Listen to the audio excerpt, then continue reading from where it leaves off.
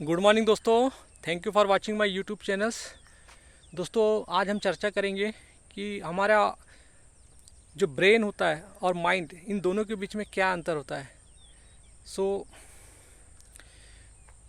दोस्तों इनके, क्योंकि ये दोनों प्रश्न हमारे अस्तित्व से जुड़े हुए हैं दोस्तों, और हमारे मतलब शरीर, ब्रेन हमारे शरीर का एक महत्वपूर्ण अंग है जिसके द्वारा हमारी बॉडी की हर गतिविधियाँ, हमारी ज्ञानेंद्रिया और हमारी कर्मेंद्रिया सारे काम करती है। तो दोस्तों हम पहले ब्रेन को समझते हैं। दोस्तों ब्रेन हमारा 5 फंडामेंटल जो मूलभूत पदार्थ होते हैं, तत्व होते हैं, उनसे मिलकर बना हुआ है, जिसे हम जल, अग्नि, पृथ्वी, आकाश, वायु कहते हैं। इससे ये हमारा पूरा शरीर स्ट्रक्चर्स बना हुआ है। और दोस्तों इसी तो जो हमारा ब्रेन होता है वो पूरी तरह पदार्थ के द्वारा यानी जड़ होता है। और इसलिए दोस्तों हमारे ब्रेन को, हमें जब हम पैदा होते हैं और जब हम किसी स्कूल में जाते हैं, तब से हमें अपने ब्रेन को डेवलप करने के लिए उसके ऊपर हमें हर चीज़ की स्टडी रट के करनी पड़ती है, क्योंकि हमारा ब्रेन किसी भी रियलिटी और इमेजिनेशन को नहीं समझता, क्योंकि वो जड़ होता है। इसलिए दोस्तों हम किसी भी चीज़ को समझने में एक बार, दो बार, तीन बार में हम किसी भी चीज़ को समझ नहीं पाते, हमें टाइम लगता है।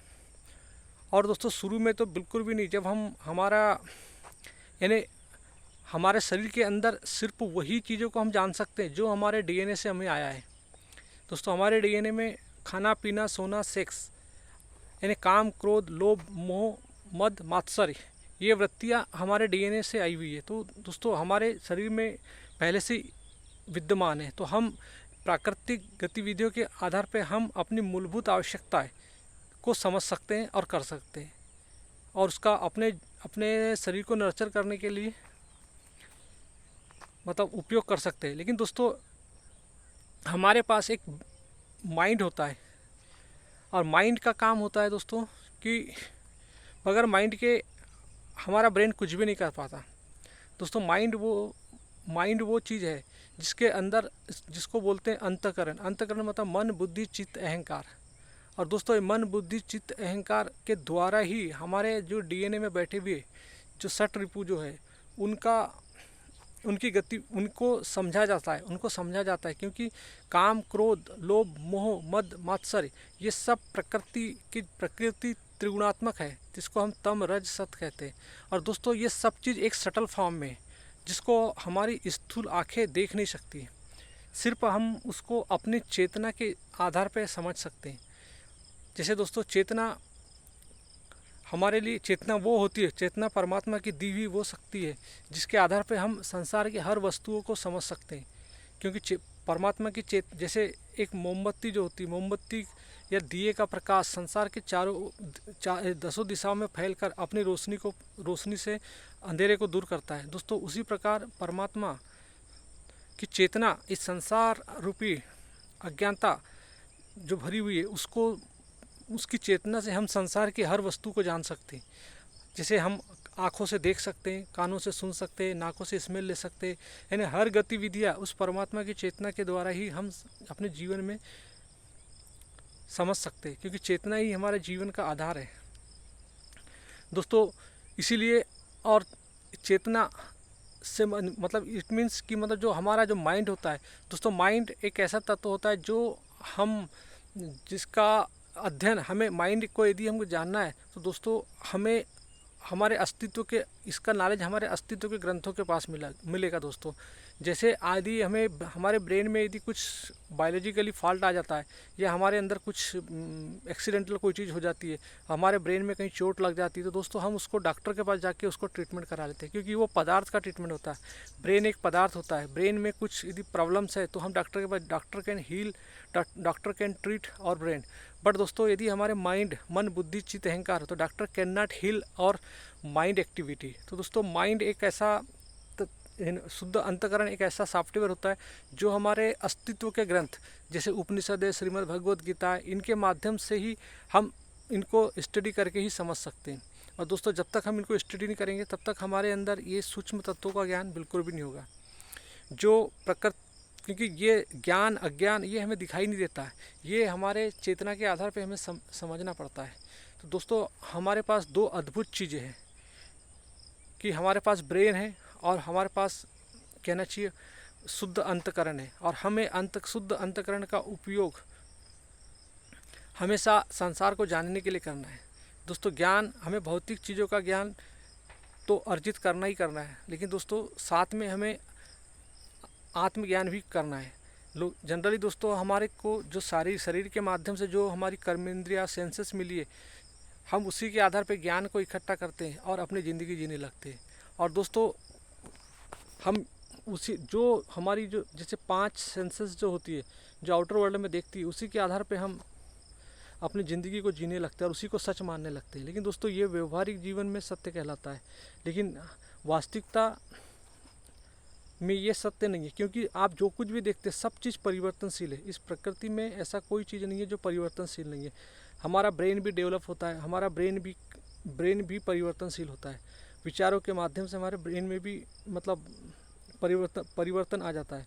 तो दोस्तों हमें अपने माइंड को समझना है, क्योंकि माइंड वो पार्ट है जिससे हमारा ब्रेन हमारा नर्चर होता है। तो दोस्तों यदि हमारा शुद्ध अंतःकरण का ज्ञान, यदि हमें आत्मज्ञान है, तो हम अपने ब्रेन को वही चीज़ दे सकते हैं जो हमारे लाइफ को बेहतर बना सकती है। तो दोस्तों इसीलिए हमारे ऋषि मुनि संतों ने हमें समझाया है कि आत्मज्ञान बिना आदमी पशु के समान ही होता है, क्योंकि हमें पशुता जो हमारे ऊपर जन्म से हमें मिली हुई, जो पशुओं को मिला हुआ है, वही वृत्तियाँ हमें भी मिली हुई। काम, क्रोध, लोभ, मोह, मद, मात्सर्य, ये जानवरों में भी होता है, ये हमारे अंदर भी होता है, और ये सारे प्राकृतिक गुण हैं। लेकिन दोस्तों हम जो चेतना है, चेतना परमात्मा की जो प्रकृति से बियॉन्ड है, यानी उठती इस शरीर के माध्यम से ही है, लेकिन चेतना के माध्यम से हम परमात्मा तक, चेतना को जान के समझ के हम परमात्मा में विलीन हो सकते हैं, खुद को समझ के। यानी खुद को समझना मतलब दोस्तों आत्मज्ञान मतलब होता है सेल्फ का नॉलेज, यानी स्वयं को समझ के मतलब जो आई का सेंस जो होता है, ईगो का सेंस जो होता है, उसको समझ के। और दोस्तों ये तभी संभव है जब हम अपने अस्तित्व के ग्रंथों को समझेंगे। Without understanding the existing knowledge we can not live the better life. So we need always study about the religion scripture. दोस्तों यदि हमें अपने माइंड को यदि अच्छा रखना है, अपनी लाइफ को अच्छा बनाना है, तो हमें अपने माइंड को इन रिलीजन ग्रंथों से की स्टडी करके अपने कॉन्शियसनेस को, चेतना को हम नर्चर कर सकते हैं। और जैसी हमारी चेतना नर्चर होगी, इसी का रिफ्लेक्शन हमारे ब्रेन पे पड़ता है, और दोस्तों उसी से हमारे कर्म भी निकलते हैं, हर काम हमारा अच्छा होने लगता है। तो दोस्तों ब्रेन एक फिजिकल पदार्थ से बनी हुई चीज़ है, और माइंड जो होता है ये हमारी सटल चीज़ों से बनी हुई, जिसको हमारी इंद्रियां देख नहीं सकती, जिसको हम मन, बुद्धि, चित्त, अहंकार और प्रकृति के जो 3 गुण होते हैं, तम, रज, सत।